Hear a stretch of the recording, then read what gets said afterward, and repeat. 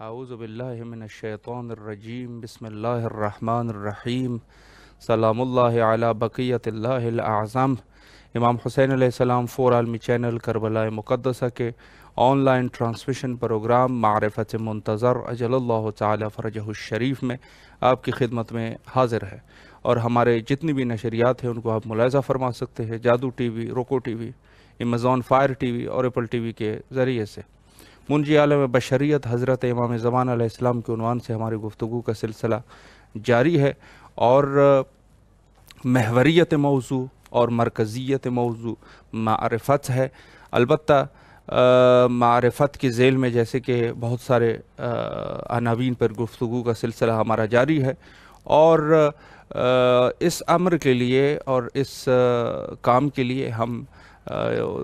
اردو زبان کے جید علماء کو یہاں دعوت کرتے ہیں اور ان کی رائے حاصل کرتے ہیں۔ معرفت کے عنوان سے آپ کی خدمت میں عرض کروں کہ اس دور میں ایک طرح کی جو مصیبت ہے اور ایک مشکلات اس دور میں جو ہمارے ساتھ ہم ان کے ساتھ جس مشکلات سے ہم برخور کر رہے ہیں، وہ یہ ہے کہ اس دور میں وہ کچھ رکاوٹیں ہیں جو کہ اس معرفت اور اللہ کی معرفت اور انسان کے درمیان حائل ہے۔ تو اس مشکلات کا جو ہمیں سامنا ہے اس میں کچھ قوتیں ہیں اور کچھ ایسے لوگ ہیں کہ جو انسان کو واقعاً نقصان پہنچانے والے لوگ ہیں، یعنی اس میں سے ہو سکتا ہے کچھ ایسے انسان جو آپ کے ارد گرد ہوں گے، اور ان لوگوں کی طرف قرآن مجید میں بھی اشارہ ہو چکا ہے کہ یہ در حقیقت وہی شیاطین ہی ہوتے ہیں، اور ان کی کچھ تعداد جو ہے وہ جنات میں موجود ہے اور کچھ تعداد جو ہے وہ انسانوں کے اندر موجود ہے۔ البتہ خلقت، مقصد خلقت الہی یہ معرفت کے لیے ہی انسان کی خلقت ہوئی ہے، اور جیسے کہ وما خلقت الجن والانس الا لیعبدون والی آیت، تو معصوم علیہ السلام، امام صادق علیہ السلام نے فرمایا کہ لیعبدون سے مراد لیعرفون ہے، یعنی گویا کہ انسان کی جو خلقت ہوئی ہے وہ جن اور انس کی خلقت معرفت کے لیے ہی ہوئی ہے۔ اور اس کے علاوہ اگر حدیث قدسی کی طرف دیکھا جائے تو فرمایا کہ میں ایک چھپا ہوا خزانہ تھا، اور میں نے یہ چیز اس چیز کو پسند فرمایا کہ میری معرفت ہو جائے، اور اس لیے میں نے حضرت انسان کو خلق فرمایا۔ تو یہاں پر بھی اگر دیکھا جائے تو انسان کی یعنی خلقت کا جو مقصد اور ہدف ہے وہ معرفت ہے۔ البتہ معرفت اللہ، ہم جو کہتے ہیں کہ معصوم کی معرفت حاصل کی جائے، تو در حقیقت اس پر عرض بھی کر چکے ہیں کہ معصوم کی معرفت وہی مقدمہ آپ سمجھیں، یا بعض تعبیر کو اگر دیکھا جائے تو کہتے ہیں کہ معصوم کی معرفت عین ہی خدا کی معرفت ہے، یا بعض علماء نے فرمایا کہ نہیں، معصوم کی معرفت اصل میں ایک مقدمہ ہے معرفت اللہ کے لیے۔ اور بہرحال اس قسم کی بہت ساری تعبیر یہاں پر پائے جاتے ہیں، اور معرفت ایک ایسی چیز ہے کہ اس کو باقی دنیا میں بھی ہم جب ملاحظہ کرتے ہیں تو یقیناً ہمیں ہر چیز میں ایک معرفت کی ضرورت ہوتی ہے۔ البتہ یہ معرفت اگر آپ معصوم کی معرفت جیسے ہم نے امام زمان علیہ السلام کی معرفت حاصل کرنا چاہیں تو اس میں دو طرح کی معرفت ہے۔ ایک معرفت اجمالی معرفت ہے، یعنی انسان کم از کم اس کو پاس اتنا علم ہے کہ وہ یہ کہہ رہا ہے کہ مثلا حضرت امام زمان علیہ السلام یا کوئی بھی معصوم، امام زمان علیہ السلام مثلا حضرت امام حسن عسکری علیہ السلام کے فرزند ہے، اور آپ کی ولادت بسعادت سامرہ میں ہوئی، اور اس کے علاوہ دوسرے اعتبار سے مثلا آپ بنی ہاشم میں سے ہیں اور آل رسول ہیں، اور اس قسم کے مزید جو چیزیں ہوتی ہے اس کو کہتے ہیں اجمالی معرفت۔ یہ بھی ضروری ہے، یہ مقدمہ معرفت ہے، لیکن یہ کافی نہیں ہے، بلکہ کافی جو ہے وہ آپ کو مکمل طور پہ حق کے ساتھ معرفت، یعنی جس کو عارفاً بحق ہی کہتے ہیں، گویا کہ اس میں یہ چیزیں ہیں کہ انسان کم از کم ان کو جو ان معلومات کے ساتھ ساتھ اس معرفت اجمالی کے ساتھ ساتھ اس قدر میں بھی جانتے ہوں کہ امام مثلاً ان کی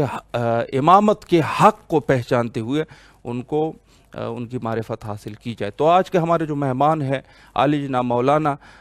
شیخ اسد علی شاکری صاحب کراچی سے ہمارے ساتھ موجود ہیں. انشاءاللہ العزیز ان کے علم اور معلومات سے استفادہ کرتے ہیں اور سوالات اور جوابات کا سلسلہ شروع کرتے ہیں. السلام علیکم ورحمۃ اللہ وبرکاتہ. وعلیکم السلام ورحمۃ اللہ وبرکاتہ. قبلہ کیسے ہیں آپ؟ خیریت سے ہیں انشاءاللہ؟ الحمدللہ الحمدللہ. آپ سنائیے خیریت سے ہیں انشاءاللہ؟ الحمدللہ. مولا آپ کو سلامت رکھے. سب سے پہلے تو امام حسین علیہ السلام میڈیا گروپ کی طرف سے اور امام حسین علیہ السلام ٹی وی کے تمام اراکین کی طرف سے آپ کے نہایت ہی ممنون اور مشکور ہے کہ نہایت ہی مصروفیات کے باوجود آپ نے یہ وقت نکالا اور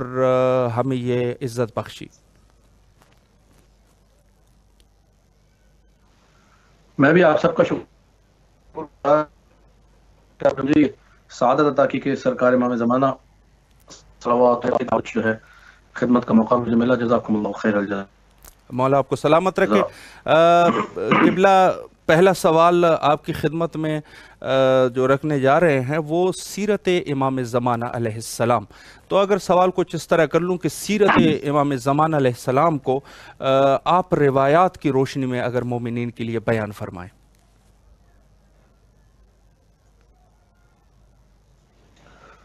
اعوذ باللہ من الشیطان الرجیم. للہ رب العالمین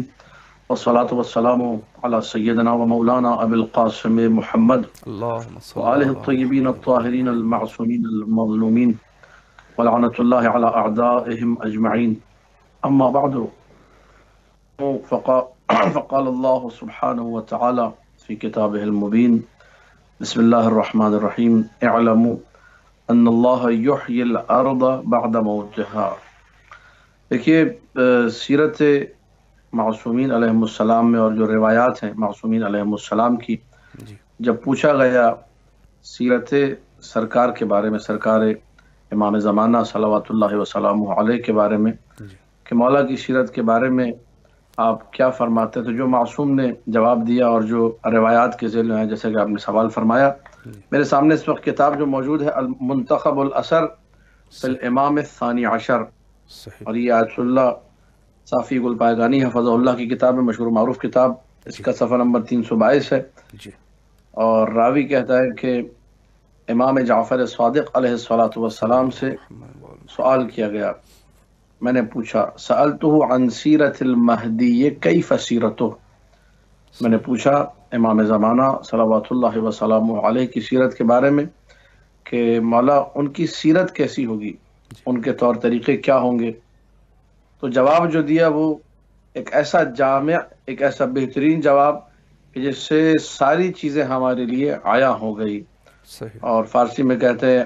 انجا کے آیانست چہ حاجت بے بیانست. ایسا ایک بہترین جواب معصوم نے ارشاد فرمایا کہ یصنع کما صنع رسول اللہ صلی اللہ علیہ وآلہ وسلم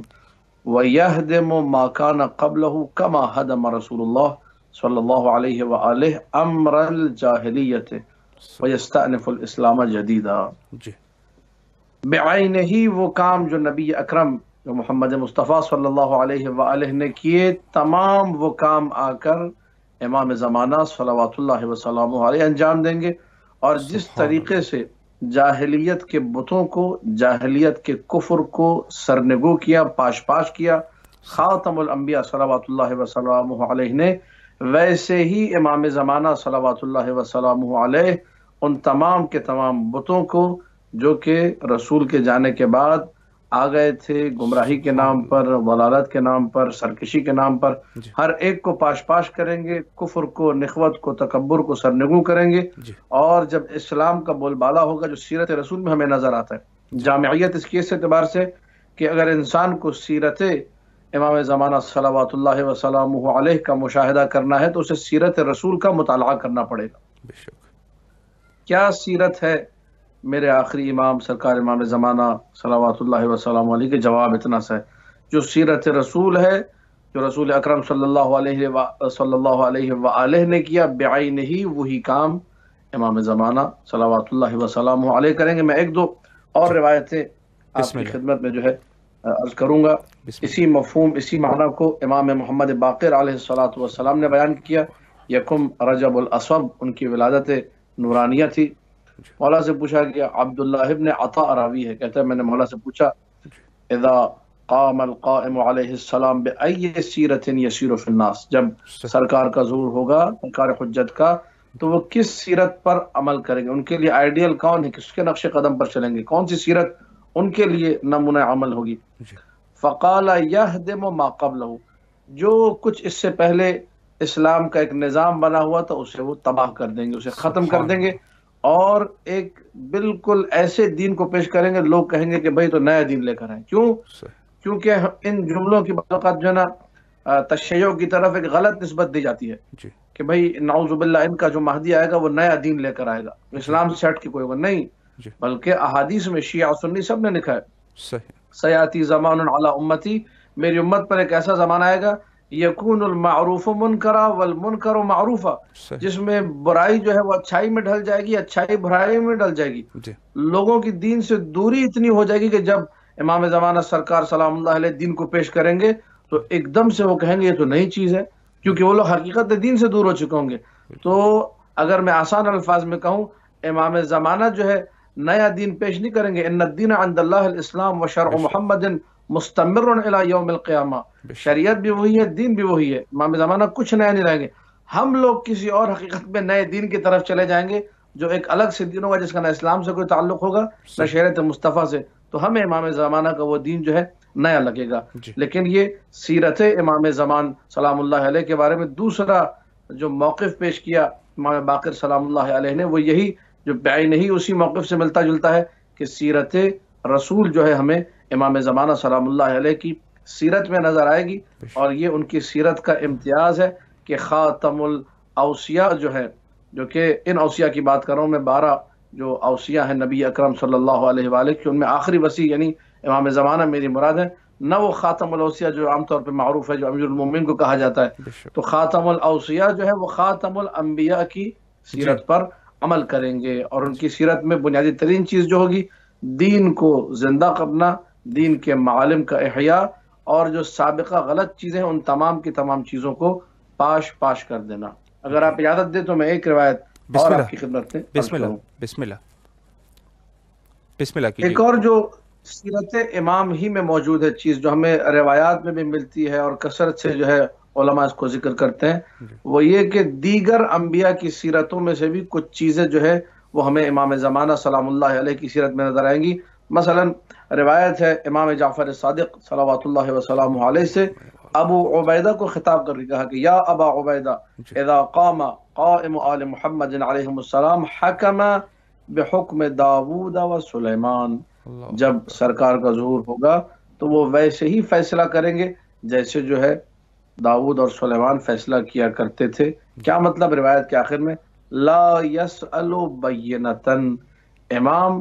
بینہ نہیں طلب کریں گے، دو عادل گواہ نہیں مانگیں گے، جی امام اپنے علم کے مطابق، اور امام کا علم جو ہے وہ واقع سے ادھر ادھر نہیں ہوتا، بے شک امام حقیقت حال کے جاننے والے ہیں، بے تو شک جو امام کا علم ہوگا اسی کے مطابق امام فیصلہ کریں گے، کوئی دو عادل گواہوں کو یہاں پر نہیں مانگیں گے، کیونکہ امام جو ہے خود عین عدل ہے، اور ان کو یہاں پر کسی اب گواہ کو لانے کی ضرورت نہیں۔ بے یہاں پر وہ شک جو قضیہ تھا کہ جی ظاہری طور پر حکم ہوگا اور ظاہر پہ چلا جائے گا، امام معصوم سلام اللہ علیہ سرکار حجت کے لیے چیز نہیں ہے، بلکہ وہ واقع کے مطابق فیصلہ کریں گے، چاہے بینہ ہو یا نہ ہو، وہ بینہ طلب ہی نہیں کریں گے۔ جی یعنی امام یہ نہیں کہیں گے، کوئی بندہ آ کر کہے کہ جی میرا حق ہے اس کو مجھے دے دیجیے، امام کہیں گے دو گواہ لے کر آؤ، جی اگر حق ہوگا تو دے دیں گے، نہیں ہوگا تو منع کر دیں گے۔ صحیح یہ ایک اور نبی کی سیرت، حضرت داؤد نبی کی سیرت، حضرت سلیمان نبی کی سیرت ہمیں سرکار امام زمانہ صلوات اللہ وسلام علیہ کی سیرت میں جو ہے نظر آئی۔ اسی طرح ایک اور روایت میں کہا جی لا تذهب الدنیا حتی یخرج رجل منی، دنیا جو اللہ ہے ختم نہیں ہوگی، جی دنیا آخر تک نہیں پہنچے گی یہاں تک کہ ہم میں سے ایک بندہ آل داود، اس میں حضرت سلیمان آتے ہیں، آل داود کی مانند جی حکم کرے گا، لا صحیح یسأل بینتن، وہ بینہ طلب نہیں کرے گا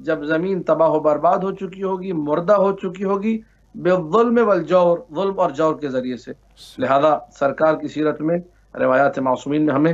عدل ایک انتہائی جو ہے اہمیت کا حامل موضوع نظر آتا ہے، جس کو ایک امتیاز کے طور پر سیرت معصوم میں ذکر کیا کہ امام جب آئیں گے تو بار بار روایتوں میں، شیعہ روایتوں میں بھی، سنی روایتوں میں بھی، کہ امام زمین کو ایسے عدل سے بھریں گے جیسے وہ ظلم اور جور سے بھری جا چکی ہوگی۔ اور سبحان اللہ۔ امام کے آنے کا مقصد کیا ہے؟ عدل الہی کو روئے زمین پر نمایاں کرنا اور قائم کرنا۔ جی، اگلا سوال قبلہ آپ کی خدمت میں اسی عدل کے اعتبار سے رکھنے جا رہے ہیں کہ عدل کا مفہوم کیا ہے اور کیوں عدل کو اس کی اہمیت کے ساتھ سیرت امام زمانہ میں ذکر کیا گیا ہے؟ اگر اس سوال پہ آپ وضاحت فرمائیں۔ جی، میں اس کے حوالے سے تفصیلاً عرض یہ کرنا چاہوں گا کہ عدل کی جو تعریف کی ہے جی،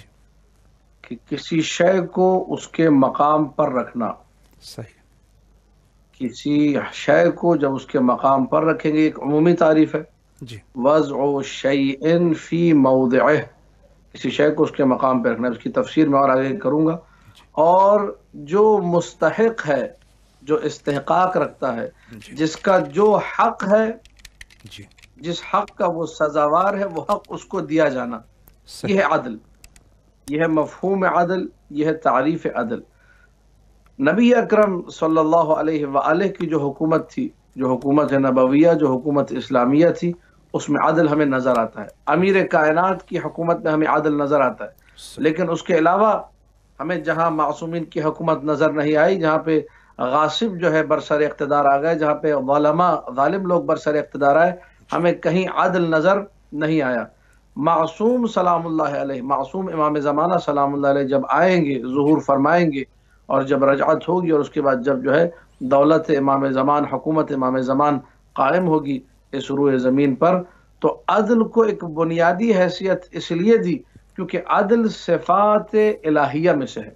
عدل خدائی صفات میں سے۔ بے شک۔ وما ربک، تمہارا رب جو ہے نہیں ہے، ان ربک لیس بظلام للعبید، وہ بندوں پر ظلم کرنے والا نہیں، ان اللہ لا يحب الظالمین، جی، ولا يظلم ربک احد، ایک نہیں متعدد مقامات پر قرآن مجید میں بار بار خداوند متعال سے ظلم کی نفی کی ہے جی، اور عدل کی بات کی ہے۔ بے شک۔ اور جب معاشرے میں عدل کا نفاذ ہو جائے، جی، ہر مستحق کو اس کا حق ملنے لگے اور ہر چیز اپنی جگہ پر آ جائے، یعنی پوری کائنات میں سمجھ لیں نظم آ جائے گا۔ اللہ اکبر۔ اگر ہر مستحق کو اس کا حق مل گیا، ہر چیز اپنی جگہ پر آ گئی، ہر چیز اپنی جگہ پر آ گئی، یعنی ظلم کا سرے سے کوئی وجود نہیں ہے، جی، ناانصافی کا کوئی وجود نہیں ہے، کجروی کا تصور نہیں ہے، ہر چیز اپنے معیار، اپنے میزان، اپنے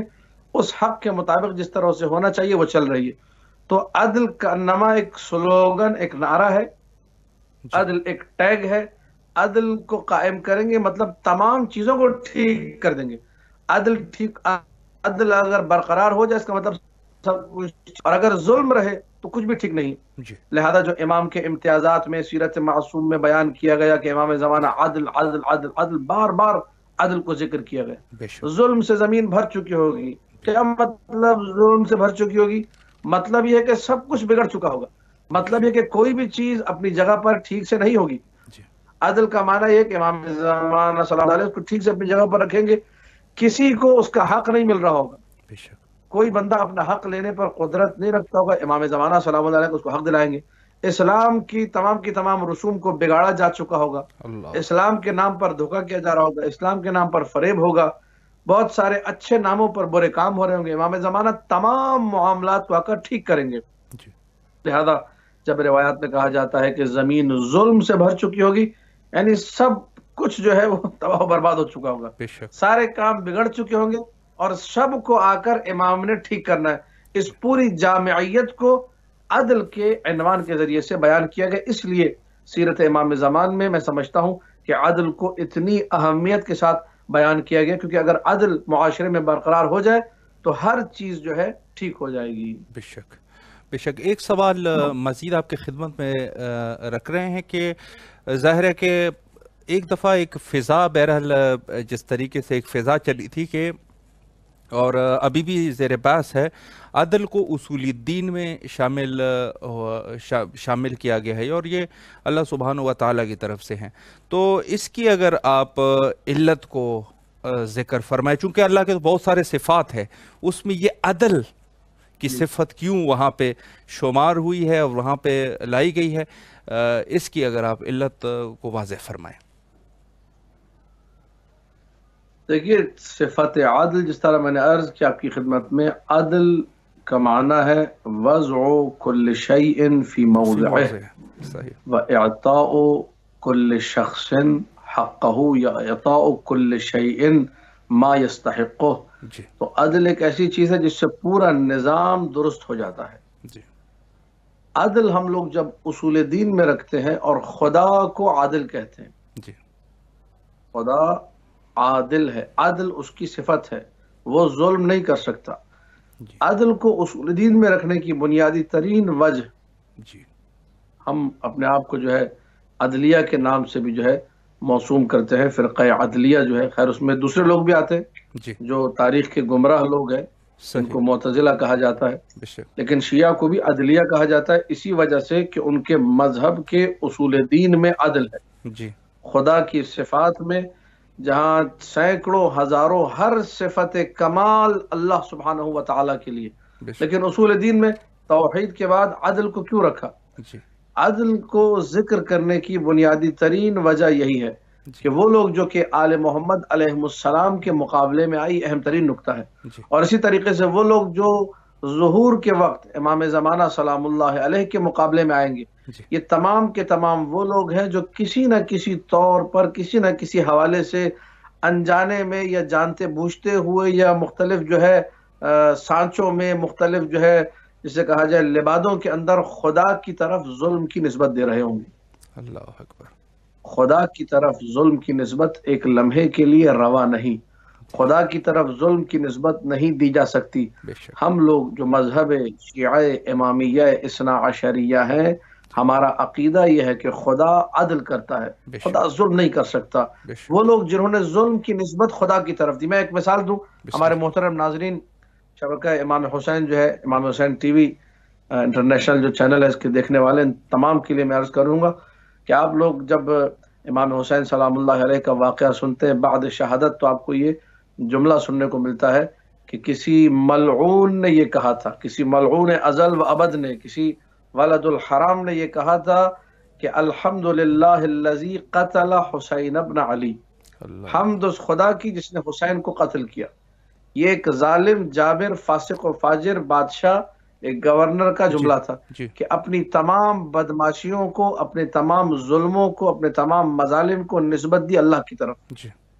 بدماشی خود، جی نسبت اللہ کی طرف، برا صحیح، کام قبیح عمل خود، نسبت خدا کی طرف۔ معصوم نے ان تمام نظریات سے، ان تمام عقیدوں سے بیزاری کا اعلان کیا کہ ظلم کی نسبت، قبح کی نسبت، بدماشی کی نسبت کبھی خدا کی طرف نہیں دی جا سکتی، جی ایک لمحے کے لیے۔ کیوں نہیں دی جا سکتی؟ میں یہ بھی اپنے ناظرین کی خدمت میں عرض کر دوں، دیکھیے جو شخص ظلم کرتا ہے، آپ وجہ تلاش کیجئے وہ ظلم کیوں کرتا ہے، صحیح، عدل نہ کرنے کی وجہ کیا ہے، جی ظلم کرنے کی کیا وجہ ہے؟ تو آپ کو نظر آئے گا کہ جو ظالم ہے وہ ظلم اس لیے کر رہا ہے کہ اس کا ظلم کے بغیر گزارا نہیں ہے، یعنی اس کو ضرورت ہے۔ جی جو غنڈے لوگ ہیں، مختلف قسم کی جو ہے نا بدماش قسم کی بعض اوقات تنظیمیں ہوتی ہیں، جی وہ لوگوں سے بھتہ لیتی ہیں، لوگوں کو قتل کرتی ہیں، لوگوں کو مارتی ہیں، کیونکہ بالکل ان کو پتہ ہے اگر ہم نے لوگوں کو نہیں مارا تو یہ ہماری بات نہیں مانیں گی، صحیح، اگر ہم نے لوگوں سے زور زبردستی سے پیسہ نہیں چھینا، ان پر دھوس نہیں جمائی، تو یہ لوگ ہماری اطاعت نہیں کریں گے، جی تو ان کو ظلم کرنے کی ضرورت ہے۔ جی خدا غنی مطلق ہے، خدا کو کسی کی ضرورت نہیں، غنی علی الاطلاق، صحیح، خدا کو کس کی ضرورت ہے کہ وہ ظلم کرے؟ جی یا کوئی ظلم کرنے والا اس لیے ظلم کرتا ہے کہ اس کو نادان ہوتا ہے، پتہ ہی نہیں ہوتا جی کہ اس کو ظلم کہا جاتا ہے۔ بعض اوقات انسان جھوٹ بولتا ہے، اسے پتہ ہی نہیں ہے کہ جھوٹ بولنا نفس پر ظلم ہے۔ جی شراب پیتا ہے، اس کو معلوم ہی نہیں ہے کہ شراب اپنے نفس کے اوپر ظلم ہے۔ جی نعوذ باللہ دیگر قبیح کام کرتا ہے، گناہ کرتا ہے، اپنے نفس پر ظلم کرتا ہے، اس کو معلوم ہی نہیں کہ یہ کام جو میں کر رہا ہوں یہ قبیح ہے عند العقلاء، یہ ظلم ہے، یہ نفس پر ظلم ہے، یہ معاشرے پر ظلم ہے، نادانی کی وجہ سے ظلم کرتا ہے۔ جی اگر آپ خدا کو ظالم کہتے اس معنی میں، نعوذ باللہ من ذالک، تو پھر خدا تو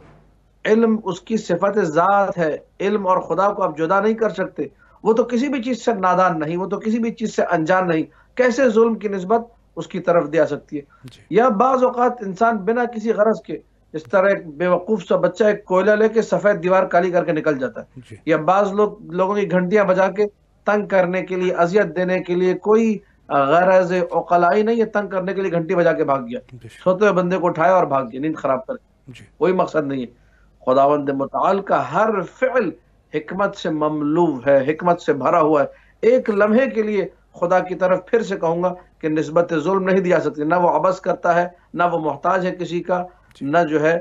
اس کو کسی کی ضرورت ہے، وہ بے غنی شک علی الاطلاق ہے، وہ بے عالم شک علم کل ہے، علم کلہ، قدرت کلہ، فیض بے کلہ، جو شک فارابی کے جملے ہیں جو احادیث معصومین سے بھی یہی نکلتے ہیں۔ لہذا ظلم وہ کرے جی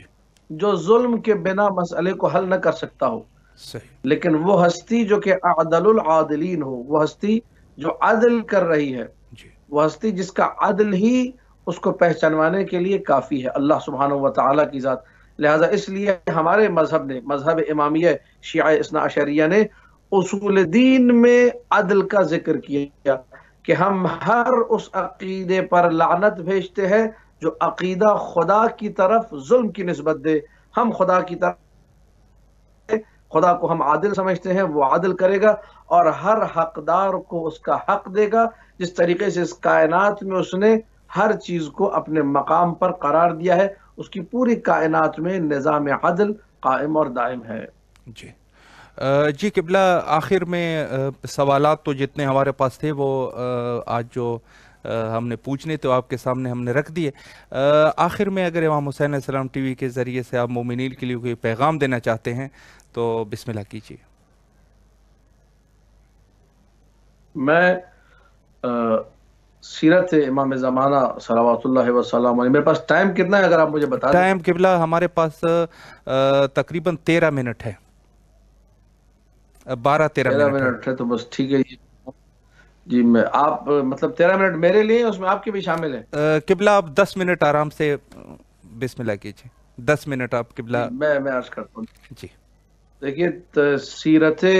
امام زمانہ صلوات اللہ وسلامہ علیہ مظلوم ہے۔ جی مظلوم اس لیے ہے کہ اس کو اتنا زیادہ ڈسکس ہمارے شیعہ مجمع میں نہیں کیا جاتا، جی اور میں امام حسین ٹی وی کو سلام بھی پیش کرتا ہوں کہ یہ لوگ وعلیکم معرفت السلام۔ منتظر کے حوالے سے یہ کام کر رہے ہیں، اور بھی اگر کوئی یہ کام کر رہا ہے، کوئی بھی ٹی وی چینل ہے یا کوئی بھی جو ہے سوشل میڈیا کا گروپ ہے یا چینل، تو وہ لوگ بھی مبارکباد کے اور سلام کے مستحق ہیں بے کہ شک ان کو دعا بھی دی جائے، سلام بھی کیا جائے کہ وہ لوگ امام زمانہ سلام اللہ علیہ کے حوالے سے کام کر رہے ہیں۔ جی تو سیرت امام زمانہ سلام اللہ علیہ پر کام کرنے کی ضرورت ہے، جی کیونکہ یہ سیرت وقت کی ضرورت ہے۔ ہمیں معرفت منتظر جو پروگرام ہے، اس میں امام زمانہ سے آشنائی کے حوالے سے، جی سیرت امام سے آشنائی کی بے پناہ ضرورت ہے۔ امام کو کیسے لوگ چاہیے، امام کو کن اوصاف کے لوگ پسند ہیں، وہ 313 کیسے ہوں گے، خود امام زمانہ سلام اللہ علیہ کی سیرت کیا ہے، ہم لوگ کس طریقے سے اپنے آپ کو امام زمانہ کے قریب کر سکتے ہیں، امام زمانہ کے قرب سے ہمیں کیا فائدہ ہوگا، جی امام زمانہ سلام اللہ علیہ کی سیرت میں اور کون سی وہ چیزیں ہیں، اور کون سی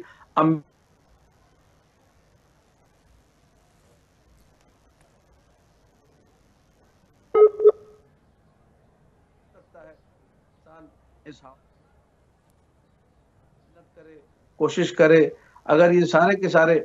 کام انسان کرے گا۔ جی آواز آ رہی ہے میری؟ جی جی جی بالکل آ رہی ہے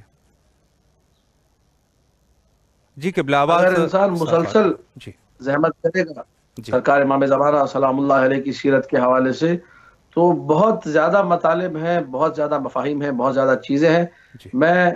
اپنی گفتگو کو بس چند دقیقوں میں جو ختم کرنا ہے، تو سیرت امیر کائنات جی سلام اللہ علیہ میں جو اہم ترین چیز ہمیں نظر آتی، سیرت امیر کائنات وہ سیرت ہے جو ہماری مجالس میں بیان ہوتی ہے، جی لیکن اس میں بھی جو سیرت امام زمانہ کا امتیاز ہے عدل امیر المومنین، اگرچہ اس پہ سبحان بہت اللہ، ساری کتابیں لکھی گئی ہیں اس موضوع کے اوپر، بے بہت شک میٹر ہمارے پاس کتب میں موجود، لیکن پھر بھی اس کو میں سمجھتا ہوں